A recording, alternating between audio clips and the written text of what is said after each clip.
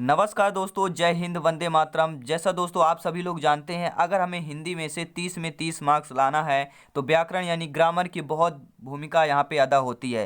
क्योंकि 15 नंबर आपकी पेडागॉजी आती है, 15 नंबर में 10 से 12 नंबर आपके व्याकरण के होते हैं। तो ये प्रैक्टिस बहुत ही इंपॉर्टेंट हो जाएगा अगर वाकई में हमें हिंदी में 30 में से अधिकतम मार्क्स अटेंड करना है, ठीक है, लाना है, तो ये प्रैक्टिस सेट इंपॉर्टेंट हो जाएंगे। तो इसके पहले ये 5वां प्रैक्टिस सेट है। अगर आपने इसके पहले वाले प्रैक्टिस सेट नहीं देखे हैं तो आपको यहाँ पे बेल आइकन पे क्लिक करेंगे, इसके 4 प्रैक्टिस सेट का आपको प्लेलिस्ट मिल जाएगी, तो उसको आप देख सकते हैं, जो कि इंपॉर्टेंट सभी क्वेश्चन रहेंगे।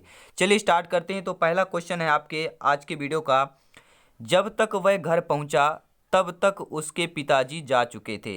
यानी यह वाक्य दिया, कैसा वाक्य है? सरल वाक्य है, संयुक्त वाक्य है, मिश्र वाक्य है, इनमें से कोई नहीं। देखिए यहाँ पे क्या दिया गया है, जब तक। क्या दिया गया, ये शब्द यहाँ पे आप देखिएगा, जब तक से जुड़ा होने से क्रिया विशेषण उपवाक्य कहला जाता है। क्या होता है? क्रिया विशेषण उपवाक्य कहला जाता है।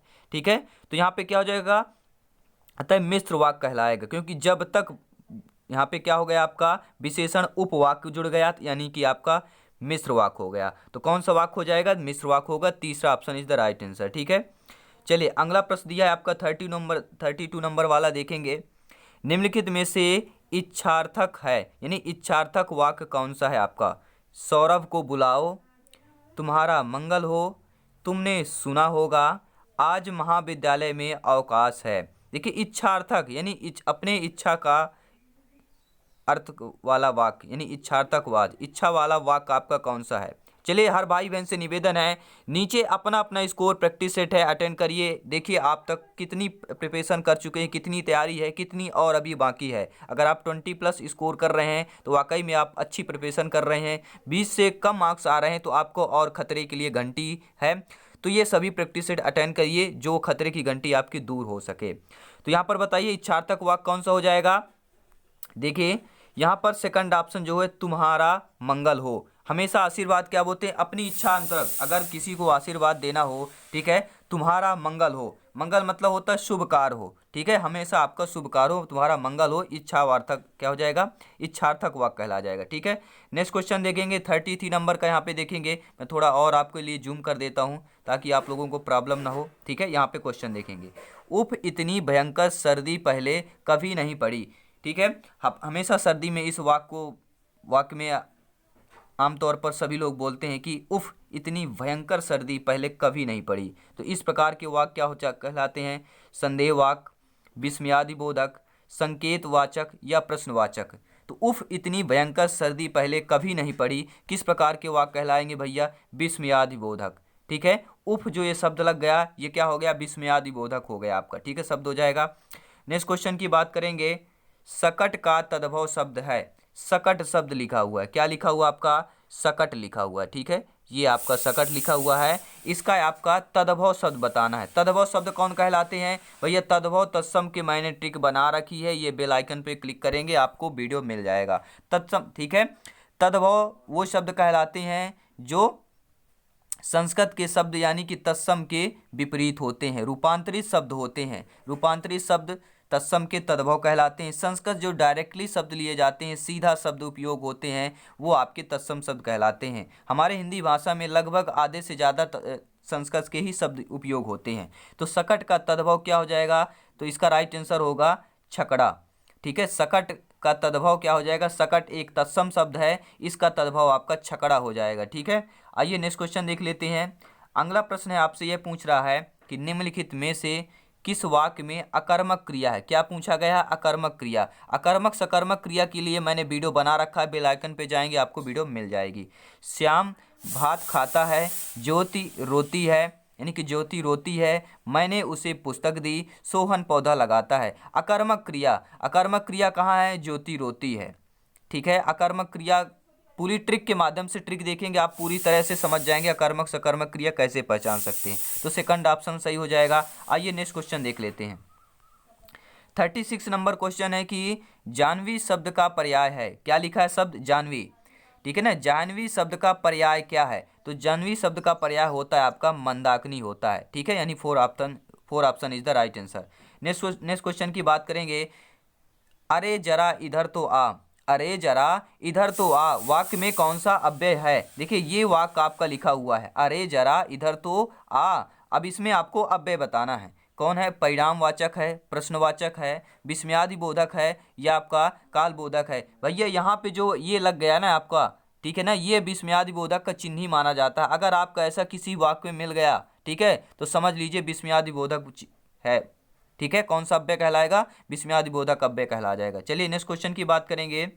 जरा का विलोम होगा, जरा शब्द लिखा हुआ है, ठीक है, जरा का विलोम क्या होगा? थोड़ा होगा, यौवन होगा, वृद्ध होगा, अल्प होगा। चलिए बताइए जरा का विलोम क्या होगा? जरा नहीं बोलते, जरा सा, जरा का विलोम पूछा गया है, ठीक है, तो कौन सा होगा इसका राइट आंसर?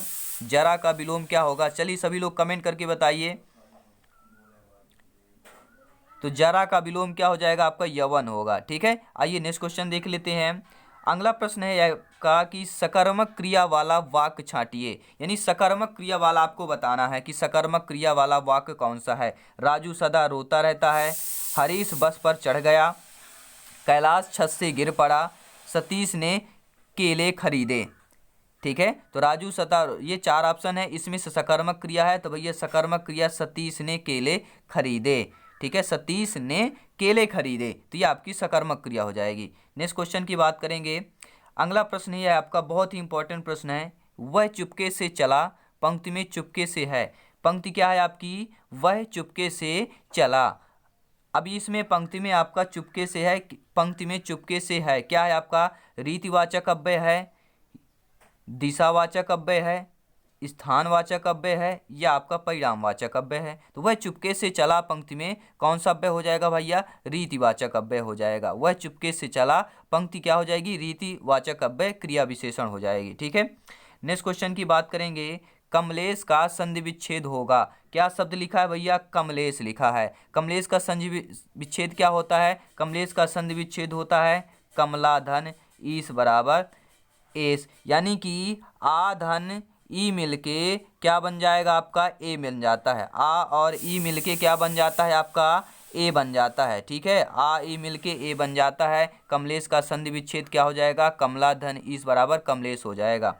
ठीक है, नेक्स्ट क्वेश्चन की बात करेंगे। स्वर्गवास का समास होगा। अब आप लोग बताइए, स्वर्गवास लिखा हुआ है, इसका समास क्या होगा? स्वर्ग के लिए वास होगा, स्वर्ग को वास होगा, स्वर्ग से वास होगा, स्वर्ग से वास होगा। देखिए सभी सिंपल सी बात है, स्वर्ग में वास होता है। ठीक है, स्वर्ग में वास मतलब स्वर्गवास नहीं कहते हैं। कोई अगर आदमी का देहांत हो जाता है, देहावसन बोलते हैं, स्वर्गवास बोलते हैं, कि आदमी जब खत्म हो जाता है, ठीक है, तो उसको स्वर्गवासी बोलते हैं। स्वर्गवास, स्वर्गवास मतलब स्वर्ग में चला गया, ऊपर चला गया, स्वर्ग में वास करने वाले को स्वर्गवास कहते हैं।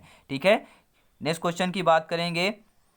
अगला प्रश्न है आपका कि संकलन त्रय शब्द में समास है, क्या है? संकलन त्रय लिखा है शब्द, इसमें आपको समास बताना है। अव्ययी भाव है, द्वंद्व है, द्विगु है, तत्पुरुष है, इसमें द्विगु समास होगा। क्यों होगा? क्योंकि संकलन त्रय तीन का संकलन है। त्रय मतलब क्या हो गया भैया? त्रय ये शब्द जो लिखा है वो आपका तीन का संकलन हो जाएगा। ठीक है, संकलन कितने का है? तीन का है। क्या आ गया? संख्यावाचक आ गया, तो आपका कौन सा हो जाएगा? द्विगु समास हो जाएगा। ठीक है, अगर दोनों पद प्रधान होते तो वहां पर आपका द्वंद्व समास होता है। ठीक है, समझ गए होंगे। आई होप आप बहुत ही अच्छे तरीके से समझ रहे होंगे। ठीक है, नेक्स्ट क्वेश्चन देखेंगे। उद्योग में कौन सा उपसर्ग लगा हुआ है? शब्द क्या है आपका भैया? उद्योग है। उद्योग में आपको क्या बताना है? उपसर्ग बताना है। उपसर्ग क्या हो जाएगा उद्योग में? उत्धन क्या हो जाएगा? उत्धन योग बराबर उद्योग हो जाएगा। यहाँ पर पूरी व्याख्या सहित लेकर आते हैं, आपका सारा कंफ्यूजन दूर हो सके। तो इस लाइन को, अंडरलाइन को देखेंगे कि व्याख्या उद्योग क्या होता है? उत्धन योग बराबर उद्योग होता है। ठीक है, नेक्स्ट क्वेश्चन यहाँ पर देखेंगे, पूरी व्याख्या सहित आपको प्रैक्टिस करा रहे हैं। किस क्रम में भाववाचक संज्ञा तद्धति प्रत्यय नहीं है? देखिए कौन से आपका भाववाचक संज्ञा तद्धति प्रत्यय नहीं है? एकांतर हो गया, न्यायिक हो गया, फिरौती हो गया, माधुरिमा। ठीक है, तो फिरौती में फिरना क्रिया है। ठीक है, फिरौती में क्या है? फिरना एक क्या हो गया? फिरौती यानी फिरना, ये आपकी क्रिया कहला जाती है। तो किसमें क्रम में भाववाचक संज्ञा तद्धति प्रत्यय नहीं है? फिरौती में आपका भाववाचक संज्ञा तद्धति प्रत्यय नहीं है।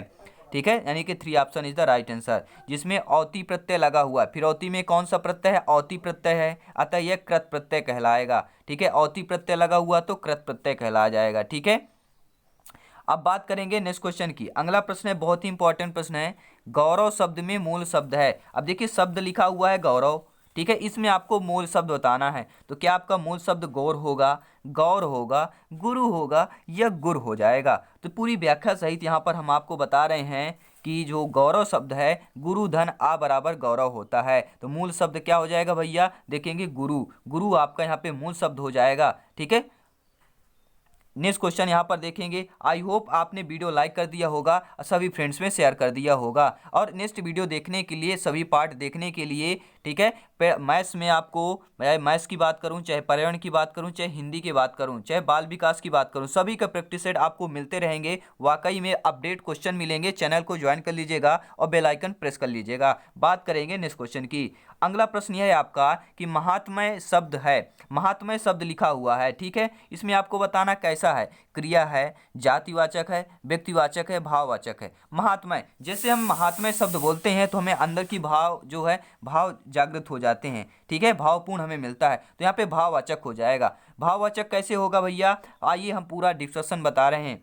महात्म्य शब्द जो है महात्मा धन या के योग से बना हुआ है। किससे भैया? महात्मा धन या के योग से बना हुआ है। महात्मा जातिवाचक संज्ञा है। महात्मा कैसी है भैया? जातिवाचक संज्ञा है। या लगने पर महात्म्य क्या हो जाता है? भाववाचक बन जाता है। अब देखिए आपका महात्मा लिखा हुआ है, ठीक है। सभी लोग, हर भाई बहन से निवेदन करता हूँ, बहुत ही गहराई से समझाऊंगा आपको। महात्मा लिखा है, ये आपका जातिवाचक संज्ञा है। अगर इसी में हम या प्रत्यय लगा दें, क्या लगा दें भैया? या प्रत्यय लगा दें तो आपका क्या बन जाता है? महात्म्य बन जाता है।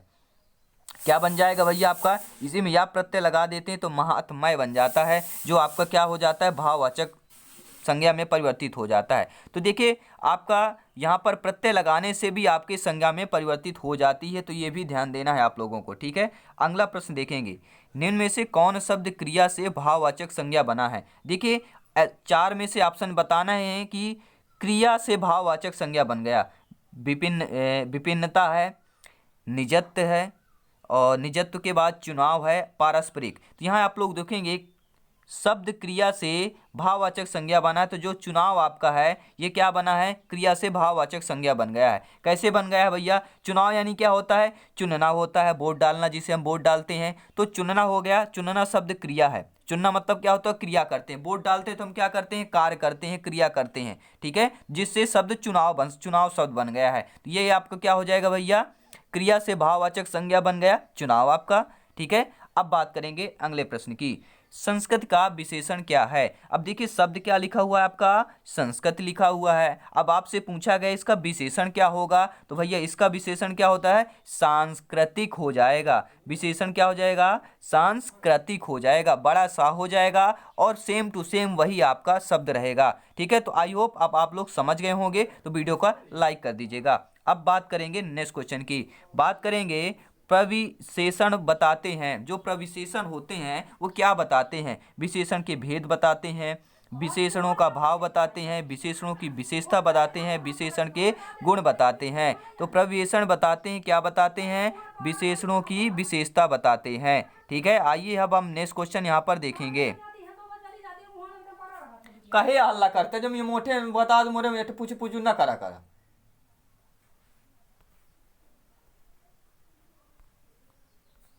जहां मैं गया यही क्वेश्चन यहाँ पे प्रविशेषण, ठीक है। प्रविशेषण बताते हैं, क्या बताते हैं? प्रविशेषण का भेद, विशेषण का भेद बताएंगे। प्रविशेषण, क्या विशेषण में क्या लग गया है? प्राय आपका उपसर्ग लगा दिया गया है। ये प्रा उपसर्ग लगाने से क्या होता है? यहाँ पर देखिए प्रविशेषण क्या बताते हैं? विशेषण का भेद बताते हैं, विशेषणों का भाव बताते हैं, विशेषणों की विशेषता बताते हैं, या विशेषणों का गुण बताते हैं। प्रविशेषण क्या बताते हैं भैया? क्या बताते हैं? विशेषणों की विशेषता बताते हैं। प्रविशेषण, अगर विशेषण में प्रा उपसर्ग लग गया तो भैया विशेषणों की विशेषता बताते हैं, बताने वाला शब्द बन जाता है प्रविशेषण। आई होप अब आपको नहीं भूलने वाला है, और इस टाइप के क्वेश्चन आ गए तो वाकई में आपको एग्जाम से बहुत ही अच्छे तरीके से आप लोग सॉल्व कर लेंगे, क्योंकि जो विशेषण विशेषणों की भी विशेषता बतलाते हैं वही आपके प्रविशेषण कहलाते हैं। आइए और भी कुछ क्वेश्चन है, इंपॉर्टेंट क्वेश्चन है। 30 क्वेश्चन हम लेकर आते हैं जो बहुत ही इंपॉर्टेंट हेल्पफुल होते हैं एग्जाम की दृष्टि पर। नेक्स्ट क्वेश्चन देखेंगे, पशु शब्द में विशेषण है। देखिए बहुत ही आपका विशेषण पूछा जाता है, विशेष शब्द पूछे जाते हैं, ये इंपॉर्टेंट फैक्ट है, अपडेट क्वेश्चन है, यही क्वेश्चन आपके एग्जाम में आते हैं इसी पैटर्न पर। क्वेश्चन है पशु शब्द से विशेषण बनेगा, पशु शब्द दिया गया है, इसमें आपका कौन सा विशेषण बनेगा, इसमें आपका क्या बन जाएगा, पाश्विक। पशु शब्द से विशेषण क्या बन जाता है, पाश्विक शब्द आपका जो है विशेषण बन जाएगा। अगर एग्जाम में आ गया पशु शब्द का विशेषण बतलाइए तो आपको पाश्विक इज द राइट आंसर हो जाएगा, पहला ऑप्शन। ठीक है, अगला प्रश्न यहाँ पर देखेंगे। अगला प्रश्न है आपसे पूछा है कि नानी कुंवारी मर गई, नवासे के नौ नो ब्याह, लोकोक्ति का अर्थ है। ये देखिए आपका यहाँ पे लोकोक्ति दी गई है, क्या दिया गया है, लोकोक्ति दी गई है। नानी कुंवारी मर गई, नवासे के नौ नौ ब्याह। ठीक है, तो इसका राइट आंसर क्या हो जाएगा, सभी लोग बताइए। चलिए देखिए लोकोक्ति है, एक नंबर का पक्का है, यहाँ पर लोकोक्ति एक नंबर की आती ही आती है। ठीक है, तो इसका राइट आंसर क्या हो जाएगा, क्या हो जाएगा अर्थ, इस लोकोक्ति का अर्थ होगा दूसरों की संपत्ति से लाभ उठाने वाला, यानी दूसरों की संपत्ति को लाभ उठाने वाला, इसका इस लोकोक्ति का अर्थ हो जाएगा। नानी कुंवारी मर गई, नवासे के नौ नौ ब्याह, मतलब समझ गए, दूसरों की संपत्ति को लाभ उठाने वाला। नेक्स्ट क्वेश्चन यहाँ पर दिया गया है, पिताजी को गीत पढ़ रहे, पिताजी जो गीत पढ़ रहे हैं। चलिए इस लाइन को पढ़िए, जब तक मैं थोड़ा पानी पी लेता हूं।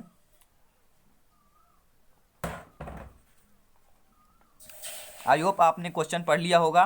पिताजी जो गीत पढ़ रहे हैं, रेखांकित पद समूह कौन सा पदबंध है, पढ़ रहे हैं, यहाँ पे रेखांकित क्या दिया गया, पढ़ रहे में रेखांकित किया गया है। इसमें आपको बताना है कौन सा पदबंध है, इसमें भैया कौन सा है, क्रिया पदबंध है। पिताजी जो गीत पढ़ रहे हैं, पढ़ना यहाँ पे क्या हो गया, क्रिया हो गया। ठीक है, पढ़ना क्या हो गया, क्रिया, यहाँ पे क्या है, पढ़ रहे हैं। जैसे मैं पढ़ रहा हूँ तो क्रिया हो गया, मैं आपको बता रहा हूँ पढ़ रहा हूँ। ठीक है, तो आपकी क्रिया हो जाएगी वो। ठीक है, यानी कि अब बात करेंगे नेक्स्ट क्वेश्चन की। अगला प्रश्न है आपका, बहुत ही अच्छा क्वेश्चन है, बस 4-5 क्वेश्चन और रह गए हैं इस वीडियो में, क्योंकि टॉप 30 क्वेश्चन आते हैं। वाकई में सभी आपके प्रैक्टिस सेट अटेंड कर लेते हैं, वाकई में आपके 15 तो पेडागोजी के हो गए, 15 जो आते हैं 10 से 12 नंबर के व्याकरण के वो कंठस्थ हो जाएंगे, क्योंकि हिंदी के व्याकरण आपके संस्कृत में भी काम आते हैं। ठीक है, 80% आपका काम आता है, केवल आपको वाक्य अनुवादन आना चाहिए। क्वेश्चन है, जिस वाक्य में एक प्रधान उपवाक्य तथा एक या एक से अधिक आश्रित उपवाक्य कहलाती है, क्या है, एक बार मैं रिपीट करता हूं, जिस वाक्य में एक प्रधान उपवाक्य तथा एक या एक से अधिक आश्रित उपवाक्य हो, क्या कहलाती हैं, वो भैया मिश्रित वाक्य कहलाते हैं। क्या कहलाते हैं, मिश्रित वाक्य कहलाते हैं। आइए हम नेक्स्ट क्वेश्चन देख लेते हैं। क्वेश्चन बहुत ही इंपॉर्टेंट है, वीवीआईपी क्वेश्चन है, अपडेट क्वेश्चन है, कि आपको यह बताना है विदेशी। देखिए विदेशी, देशज शब्द आपका एक क्वेश्चन आ जाता है, तो ये इंपॉर्टेंट क्वेश्चन है आपके लिए। निम्न में से कौन सा शब्द विदेशी है, लोटा, चाकू, आटा, पेट। तो यहाँ पर विदेशी शब्द क्या हो जाएंगे, चाकू जो है आपका क्या है, विदेशी शब्द कहला जाएगा। ठीक है, नेक्स्ट क्वेश्चन यहाँ पर देखेंगे, निम्नलिखित में से कौन सा शब्द तद्भव है। देखिए तद्भव तत्सम से एक क्वेश्चन रखा हुआ है आपका, तो वो ट्रिक आपने, आई होप आपने जो बेल आइकन में थी, ठीक है ऊपर आप बेल आइकन है यहाँ पे देखेंगे, वो ट्रिक जरूर देख लीजिएगा, बहुत इंपॉर्टेंट है आपके लिए। ठीक है, तो कौन सा शब्द तद्भव हो जाएगा, तो यहाँ पे जो कछुआ दिया हुआ है तद्भव होगा, क्योंकि ये कछुआ क्या है, तत्सम का रूपांतरण है, संस्कृत शब्द का रूपांतर है। लेकिन कर्पूर आपका क्या है, संस्कृत का शब्द यानी तत्सम शब्द हो जाएगा। कर्तव्य आपका क्या है, तत्सम होगा, क्योंकि संस्कृत का ही डायरेक्टली लिया गया है। अश्रु भी आपका संस्कृत से डायरेक्टली लिया गया, नहीं तत्सम शब्द हो जाएगा। लेकिन कछुआ जो है आपका संस्कृत में कच्छ होता है, क्या होता है, कच्छ बोलते हैं ना, तो आपका तत्सम होगा, उसका जो तद्भव आपका कछुआ आपका तद्भव हो जाएगा। ठीक है, नेक्स्ट क्वेश्चन यहाँ पर देखते हैं, दातुन। ठीक है, दातुन का तत्सम शब्द क्या है, दातुन का तत्सम शब्द पूछा गया है। दातुन यानी कि ये आपका क्या हो जाएगा, तद्भव वाक्य दिया गया है, तद्भव शब्द दिया गया है, इसका आपको तत्सम बताना है। तो दंत धावन, ठीक है, संस्कृत में क्या बोलते हैं भैया, दातुन को जो बोलते हैं ना, कि होम लाग में जो है दातुन करने के लिए लकड़ी की होती, नीम की लकड़ी की ज़्यादातर उपयोग आती है दातुन। ठीक है, करते हैं, तो वो दातुन यहाँ पे जिसमें कीड़े उड़े अगर दांत में लगते हैं वो नहीं लगते हैं। ठीक है, दर्द भी होता है वो नहीं होते हैं। ठीक है, हमारे जो बुजुर्ग लोग हैं वह यही बोलते हैं कि दातुन करो, अच्छा रहते हैं आपके। ठीक है, तो दातुन का यहाँ पे तत्सम आपका दंत धावन हो जाएगा, जो संस्कृत में क्या बोलते हैं, दंत धावन बोलते हैं, संस्कृत का रूपांतर आपका दातुन बनाया गया है, जो कि आपका तद्भव दातुन है और तत्सम दंत धावन। अगला प्रश्न देखेंगे, अंग्रेज मूलतः किस भाषा का शब्द है। देखिए अंग्रेज शब्द लिखा हुआ है, मूलतः किस भाषा का शब्द है। तो भैया सब लोग क्या करते हैं, अंग्रेज भैया शब्द लिखा है ना, तो चलिए फटाफट अंग्रेजी में मारिए। तो हमारे भाई बहन क्या करते हैं, हर एक स्टूडेंट ये करता है, हर एक स्टूडेंट की कहानी बता रहा हूँ। अंग्रेजी मूलतः शब्द आ गया तो फटाफट अंग्रेजी में लगा के चले आते हैं और 1 नंबर का नुकसान करके चले आते हैं। ठीक है, तो वो आपको यहाँ पे नहीं करना, वो आपका फ्रांसीसी शब्द कहलाएगा। अगर अंग्रेज शब्द भाषा आ गया तो मूलतः आपका फ्रांसीसी शब्द कहलाएगा। ठीक है, नेक्स्ट क्वेश्चन देखते हैं, मगरमच्छ का स्त्रीलिंग है। आपने सोचा नहीं होगा कि ऐसा भी क्वेश्चन बन सकते हैं, वाकई में बिल्कुल बनेंगे, अपडेट क्वेश्चन है ये आपके। ठीक है, तो मगरमच्छ का स्त्रीलिंग क्या होता है, मादा मगरमच्छ होता है। ठीक है, ज़्यादातर बहुत लोग क्या मगरमच्छी भी लगाएंगे, मगरमच्छानी कराएंगे, मगरमच्छी लिख देंगे, लेकिन देखिए सिंपल सी, ज़्यादा आपको दिमाग लगाने की ज़रूरत नहीं होती वहाँ पर। ठीक है, जो ज़्यादा सोचते हैं, ज़्यादा दिमाग लगाते हैं, वही नुकसान उठाते हैं। ठीक है, अच्छे से यहाँ पे पढ़ के जाइए, प्रिपरेशन करके जाइए, तो मगरमच्छ का स्त्रीलिंग क्या हो जाएगा, मादा मगरमच्छ हो जाएगा। ठीक है, चलिए एक क्वेश्चन और देख लेते हैं, भाववाच्य वाला वाक्य किनमें से कौन है। अब देखिए भाववाच्य वाला वाक्य आपको पहचानना है जिसमें से भाव उत्पन्न होता हो।